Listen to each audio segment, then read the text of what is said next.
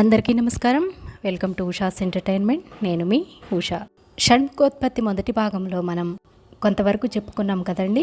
దక్షయజ్ఞంలో అమ్మ దాక్షాయిని మాత తనను తాను అగ్నిలో దూకి అంతం చేసుకోవడము, దానితో శివుడు ఎంతో కృంగిపోవడము, ఎప్పుడూ ధ్యానావస్థలో ఉండడము, తర్వాత అమ్మ హిమవంతుని కూతురు పార్వతిగా జన్మించి రోజు శివుణ్ణి పూజించడం, కానీ శివుడేమో అమ్మ ఎదురుగా ఉన్నా కూడా గుర్తించలేకపోవడం, ఎప్పుడు శివుడు ధ్యానావస్థలో ఉంటే ఈ లోకాలన్నీ ఏమైపోతాయా అని దేవతలందరూ శివునిపై మన్మథ బాణాన్ని ప్రయోగించమని మన్మధునికి చెప్పగా అతను పుష్పబాణాలను సంధిస్తాడు.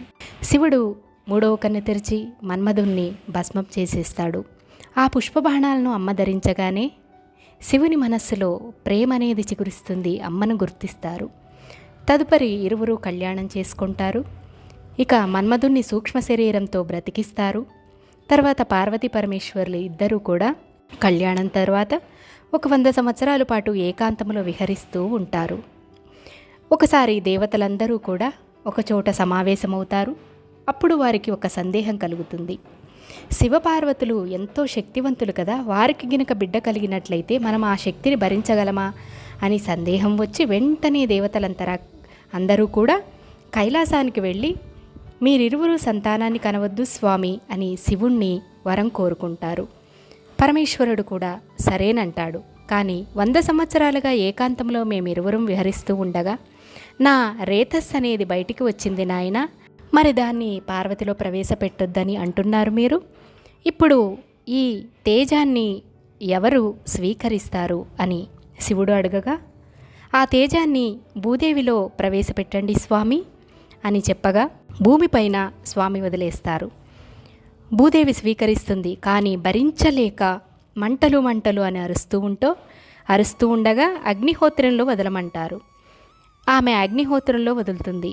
ఈలోగా పార్వతీదేవి బయటకు వచ్చి ఏమయ్యింది, ఎంతకు స్వామి లోపలికి రావడం లేదు అని అడగగా దేవతలందరూ కలిసి జరిగిన విషయమంతా కూడాను చెప్తారు. అందుకు అమ్మకు ఎంతో కోపం వస్తుంది.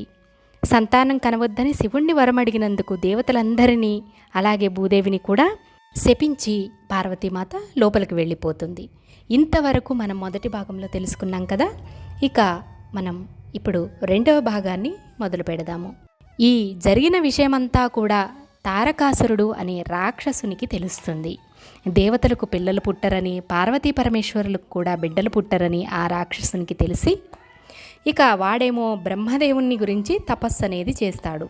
పార్వతీ పరమేశ్వరులకు పుట్టిన బిడ్డతో తప్ప వేరెవరితో కూడా నాకు మరణం అనేది సంభవించకూడదు అని బ్రహ్మదేవుణ్ణి వరం కోరుకుంటాడు. బ్రహ్మ కూడా తదాస్తు అని వరం ఇచ్చేస్తాడు. వీళ్లకు పిల్లలు పుట్టరనే ధైర్యంతో వాడు అలా వరం కోరుకుంటాడు. ఇక అందరినీ హింసించడం మొదలుపెట్టేస్తాడు. ఇక దేవతలు కష్టాలు భరించలేకపోతూ ఉంటారనమాట. అయినా మళ్ళీ వెళ్ళి పార్వతీ పరమేశ్వరుల్ని బిడ్డలు కనమని అడగలేరు కదా, ఎందుకంటే వీళ్లే కనొద్దని చెప్పారాయా. ఇప్పుడు ఎలా ఏ మొహం పెట్టుకొని అడుగుతారు చెప్పండి. మరి ఇప్పుడు ఎలా? పార్వతీ పరమేశ్వరులు కలిగిన సంతానంతోనే తారకాశీర్వాద అనేది జరగాలి. ఇక దేవతలందరూ కలిసి చేసేదేమీ లేక బ్రహ్మదేవుని దగ్గరకు వెళ్ళి సలహా అడుగుతారు. అప్పుడు బ్రహ్మగారు ఈ విషయంగా పార్వతీ పరమేశ్వరుని అడగడం అనే విషయం మీరు అందరూ కూడా మర్చిపోవాల్సిందే. వాళ్ళని మళ్ళీ మనం బిడ్డల కనమని అడగలేము. పోనీ అగ్నిహోత్రుని దగ్గరున్న శివవీర్యాన్ని తెచ్చి ఎవరిలోనైనా ప్రవేశపెడదామా అంటే మీ భార్యలెవరికి కూడా సంతాన ప్రాప్తి లేకుండా పార్వతీమాత శపించేసిందాయే. మరెవరైనా పుచ్చుకుంటారా అంటే ఎవ్వరూ అంత ధైర్యం చేయలేరు. అంత ధైర్యం చేసిన భూదేవికి కూడా శాపం ఇచ్చేసిందాయే పార్వతీమాత. మనకిప్పుడు ఒక్కటే మార్గం ఉంది, దానిని మనం ప్రయత్నం చేయవచ్చు. అయ్యిందా మీ అందరి అదృష్టం లేదా మీ కర్మ అన్నారు బ్రహ్మదేవుడు. అయితే బ్రహ్మదేవ చెప్పండి అంటూ దేవతలందరూ ఎంతో ఆత్రంగా అడిగారు.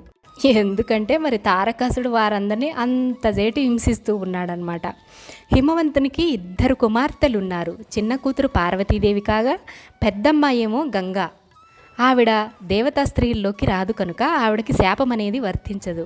అలాగే ఆ శివవీర్యాన్ని గంగ స్వీకరించి బిడ్డను కన్నదనుకోండి, తన భర్త వీర్యం తన సోదరితో కలిసి బిడ్డ పుడితే పార్వతీమాత కొంచెం శాంతించవచ్చు. ఎందుకంటే ఎంతైనా రక్త సంబంధం కదా, అందువల్ల అక్కని ఏమీ శపించదు. అలాగే అక్కకు బిడ్డ అయితే తనకు కూడా బిడ్డే కదా అవుతాడు. అందువల్ల ఈ ఉపద్రవాలన్నింటికీ మీరే బాధ్యులు కాబట్టి మీరందరూ అగ్నికి చెప్పి గంగను ఈ కార్యానికి ఒప్పించమని చెప్పండి అని బ్రహ్మగారు చెప్పారనమాట. ఇక దేవతలందరూ అగ్నిహోత్రుని వద్దకు వెళ్ళి ఆయనకు విషయమంతా చెప్పి ఈ దేవకార్యాన్ని మీరే చేయగలరు అంటూ బుజ్జగింపు మాటలు చెప్పి గంగమ్మ దగ్గరకు అగ్నిహోత్రుణ్ణి పంపించారు.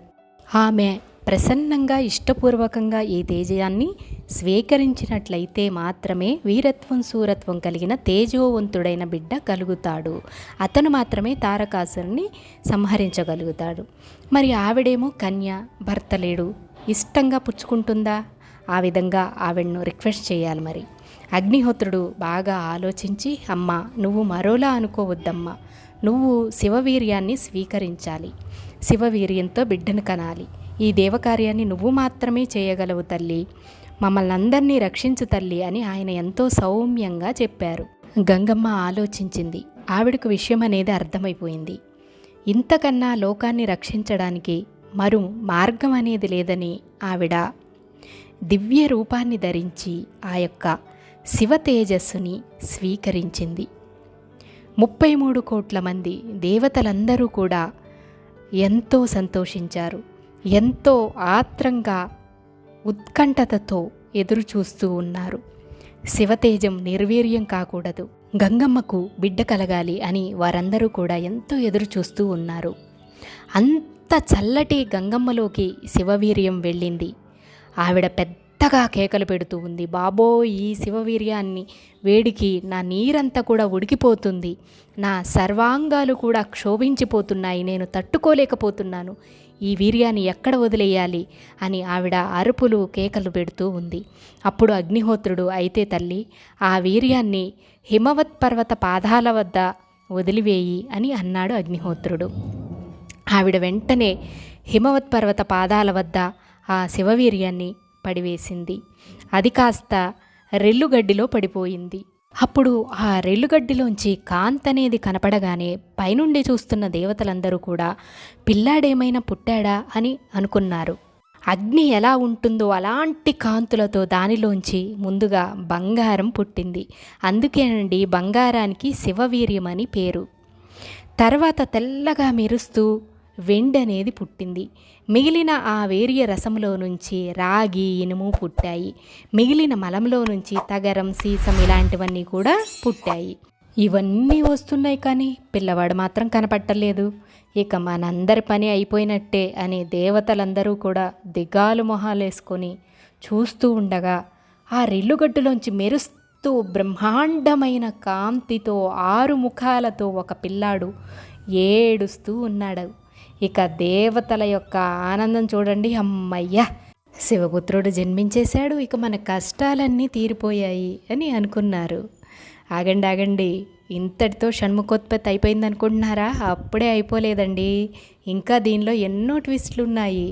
మరి కృత్తికామాతలు ఆయనకు తల్లులు ఎలా అయ్యారు, ఆయన శైవులను వైష్ణవులను ఎలా కలపగలిగాడు, అసలు సుబ్రహ్మణ్యుడు పూర్వజన్మ ఏమిటి అని తెలుసుకుంటేనే ఈ షణ్ముఖోత్పత్తి అనేది పూర్తవుతుంది.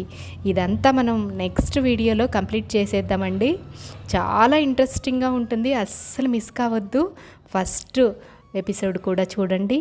ఇది చూస్తున్నారు కదా, నెక్స్ట్ది కూడా చూసారంటే మీకు షణ్ముఖోత్పత్తి అనేది పూర్తిగా అర్థమవుతుంది. సుబ్రహ్మణ్యుడి యొక్క గొప్పతనం అనేది ఏంటో కూడా మీకు అర్థమవుతుంది.